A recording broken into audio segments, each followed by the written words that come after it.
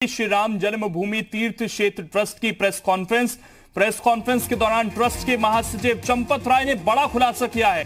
उन्होंने कहा कि खुदाई के दौरान 13 फीट नीचे से खजाना निकला है। ये बात चंपत राय ने कही है। मंदिर के लिए काफी दान मिल रहा है। 12 करोड़ मुझे मिले थे, 30 करोड़ और आए हैं। ये बात चंपत राय ने कही है। सभी संतों को निमंत्रण आसान नहीं था, 90 संतों को बुलाया गया।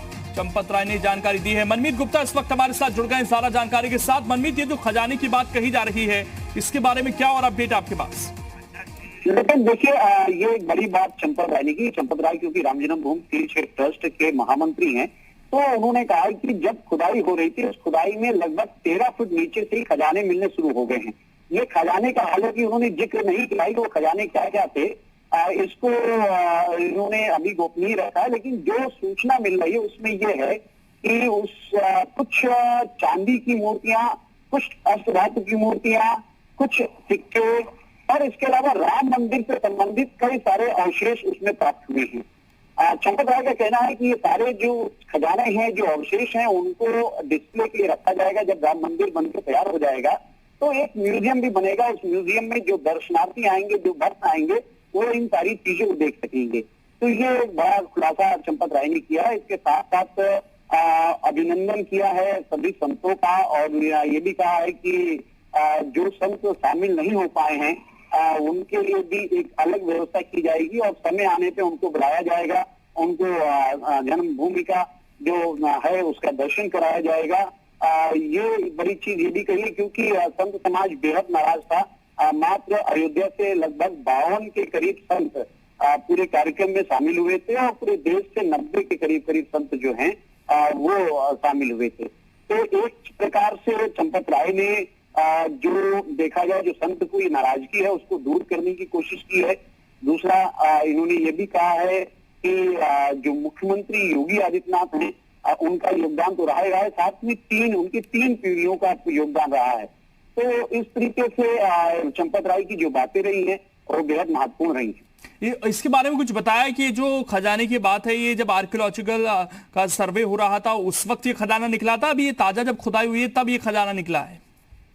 देखिए, ये अभी जब समतलीकरण किया गया है 3 एकड़ भूमि का, तो उस समतलीकरण के दौरान जो है ये सारे खजाने निकले हैं। मैं आपको बताना चाहूंगा कि ये जो समतलीकरण हुआ है वो 3 एकड़ की भूमि का हुआ है, जो गर्भगृह का क्षेत्र है जहां पे पहले वो स्ट्रक्चर हुआ करता था।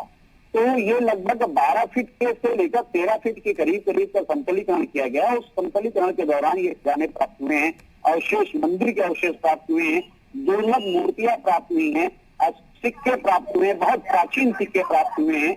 ये सारी चीजें जो है ट्रस्ट को प्राप्त हुआ है और ट्रस्ट में इसको बाकायदा एक लॉकर में संभाल के रखा है जिससे कि वो डिस्प्ले के लिए एक म्यूजियम में रख सके। इसके अलावा मनमीत, इस बारे में कुछ बताया गया है कि कितना चंदा अभी तक आ गया कुल मिलाकर और राम मंदिर के अंदर कितना खर्च आ सकता है, इसका आकलन क्या हो पाया अभी तक? देखिए, अभी तक खर्च का तो उन्होंने जिक्र नहीं किया चंपत राय ने कि कितना खर्च आएगा, लेकिन इतना जरूर बताया है कि 12 करोड़ के करीब जब सुप्रीम कोर्ट का निर्णय आया था, सारी चीजें ट्रस्ट को हैंडओवर की जा रही थी, तो उसमें 12 करोड़ रुपए मिले थे। इसके अलावा अब तक 30 करोड़ रुपए और आ चुके हैं। तो लगातार जो ट्रस्ट का अकाउंट है उसमें लगातार लोग दान कर रहे हैं, गोपनीय तरीके से दान कर रहे हैं। उन्होंने शिवसेना उद्धव ठाकरे का भी जिक्र किया जिसमें 1 करोड़ रुपए दिया है। राम भद्राचार्य का भी जिक्र किया, जगत गुरु हैं, जो 1 करोड़ 51 लाख देने की बात कही है। तो इस तरीके से लगातार ट्रस्ट को जो अकाउंट है इनका, उस अकाउंट में दान आ रहे हैं। कुल मिला के लगभग 50 करोड़ के करीब अब तक दान आ चुके हैं। नक्शे को लेकर भी बात की जा रही थी मनमीत की खुदाई केवल इसलिए नहीं की गई क्योंकि अभी नक्शा पास नहीं है मंदिर का, उस पर भी कुछ जानकारी दी क्या चंपत राय ने?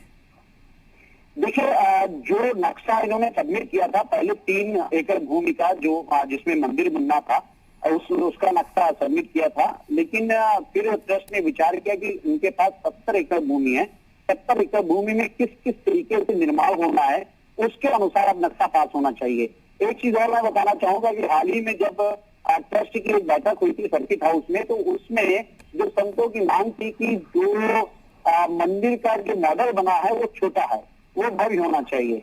तो नक्शा जब दाखिल किया गया तो उस समय जो ट्रस्ट का पहले से बना हुआ मॉडल था वो नक्शा दाखिल किया गया था।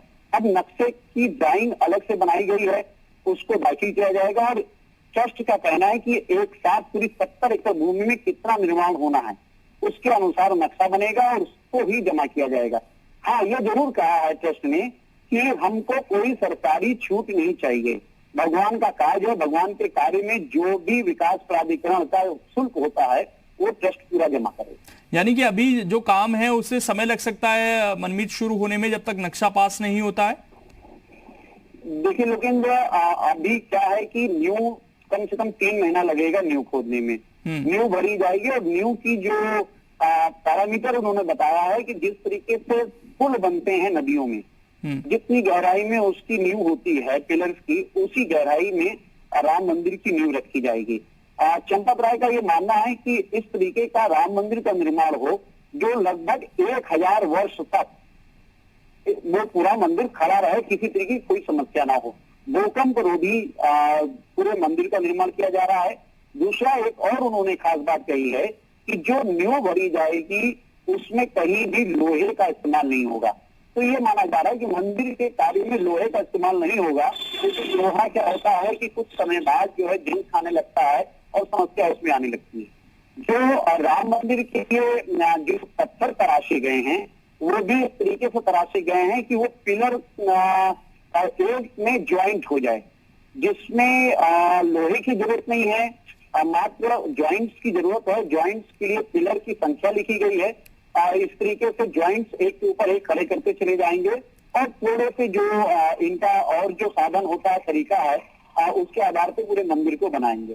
तो ये मंदिर जो है 1000 वर्ष तक के लिए ये सुरक्षित रहे, इस दृष्टिकोण से ट्रस्ट जो है काम कर रहा है।